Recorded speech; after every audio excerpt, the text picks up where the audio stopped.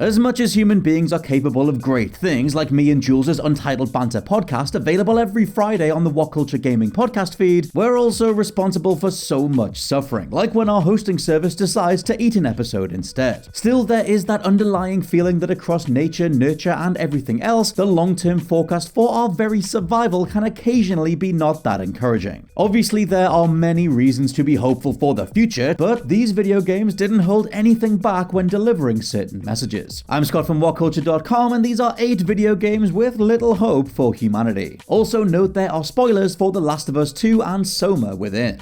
Number 8, Defcon.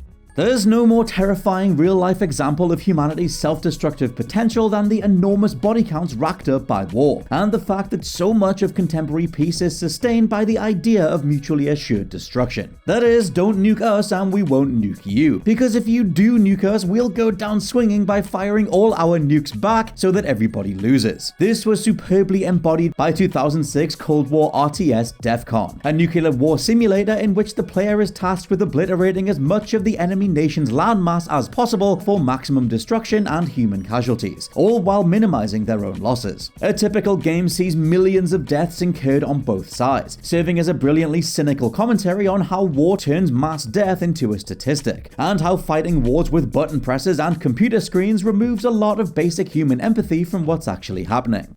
Number 7, Red Dead Redemption.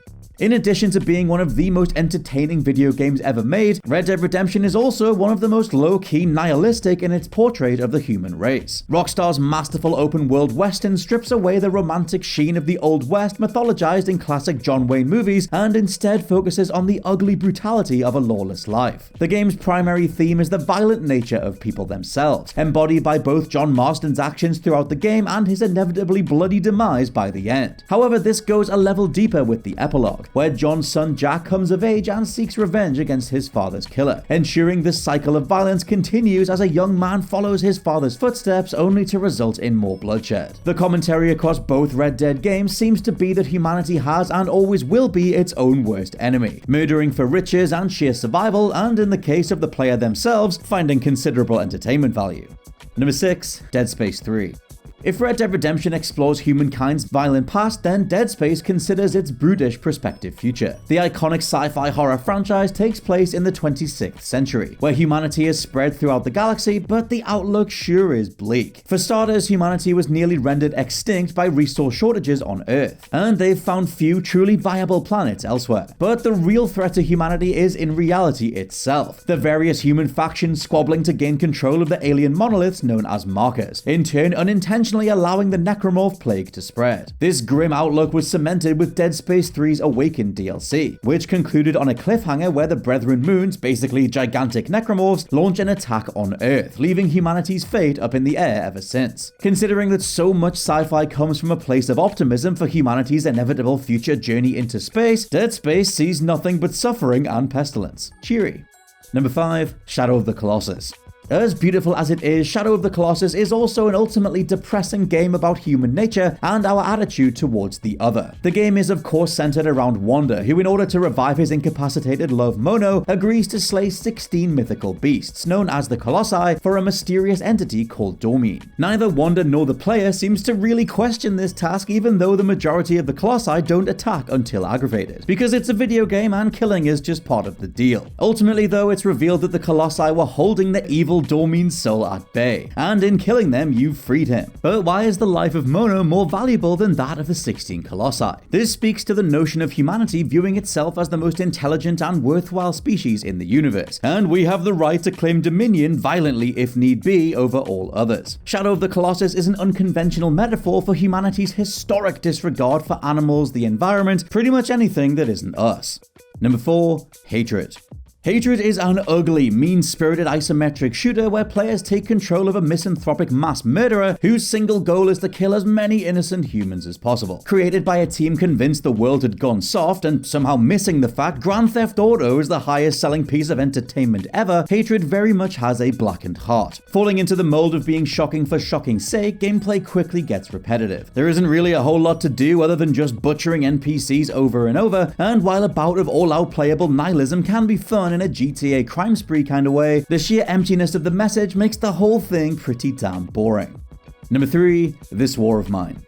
Survival strategy game This War of Mine is an examination of war's obliterative eventuality, not from the perspective of soldiers or someone tasked with pressing the big red button, but the everyday person caught in the crossfire. The game takes place in a fictional besieged city where players control a group of civilians trying to survive amidst a war. You must manage their health, hunger, and psychological well-being to keep them alive until a ceasefire, which is timed to occur randomly and is eventually declared. This War of Mine's first-rate morality system will ask you to make extremely vexing decisions about your character's survival, and whether they dare risk their lives to help others. On top of this, failing to manage a character's mental health sufficiently can result in them walking off and committing suicide. And in the event a character does die, they're perma-dead and it will affect everyone left alive. As a result, the game is absolutely dread-infused from first minute to last, capturing the sheer desperation of a wartime scenario. Some will shed their humanity in order to survive at any cost, but whatever the outcome, the fact that conflicts can have such a colossal physical and spiritual cost is a terrifying testament to our potential for cruelty.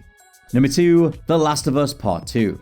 The Last of Us is a frequently terrifying and unpleasant game for sure, but it at least had major flecks of hope, centered around the surrogate familial relationship forged between Joel and Ellie. The Last of Us Part 2, though, beats that relationship to death with a golf club, quite literally in its opening hours. For a sequel that, while a masterful feat of technical engineering, it's also one of the most relentlessly miserable and upsetting video games ever made. Yes, there are fleeting flashbacks that remind us of sunnier times, but the bulk of the game's 25 hours are defined by a never-ending cycle of vengeance-fueled violence. That Ellie doesn't kill Joel's murderer Abby at the end is about as optimistic as Part 2 gets, but the fact that Ellie only accepts the soul-destroying nature of revenge after 24 hours of killing people almost undoes the whole thing. Considering that the current pandemic has laid bare the ugliest and most selfish aspects of humanity, if a far deadlier plague such as the cordyceps brain infection ever hit the real world, it's easy to believe the outcome would be similar to, if not worse than, the one depicted here.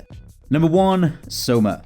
Frictional game Soma is a brilliantly atmospheric survival horror set in an underwater remote research facility Pathos 2 in the year 2104. Protagonist Simon Jarrett, a man from 2015, wakes up on the Pathos 2 and comes to learn that humanity was wiped out by a comet. His initial task appears to be escape the facility, but Simon then discovers he's actually a digital brain scan of the real Simon, which has been uploaded into the modified body of a Pathos 2 crew member. Ultimately, Simon's true objective is to secure the Ark, a digital black box containing a simulated world and all the brain scans of the Pathos 2's crew, then send it off into space. Simon completes this mission, but the ending is still a hugely depressing one. The last digital remnants of humanity are now hurtling through the cold vacuum of space, and though a copy of Simon's own consciousness is on board, the Simon that we've been playing as is left trapped and alone in the facility with no means of escape. The idea of the immensity of the human experience being boiled down to a black box now flying through space is enough to have anyone wake up in a cold sweat. And those are just 8 video games with little hope for humanity. Let me know your own favorites down in the comments below, and please subscribe to the WhatCulture Gaming Podcast. I promise everything over there is way more positive, way more frequently. For now, I've been Scott from WhatCulture.com, and I'll catch you soon.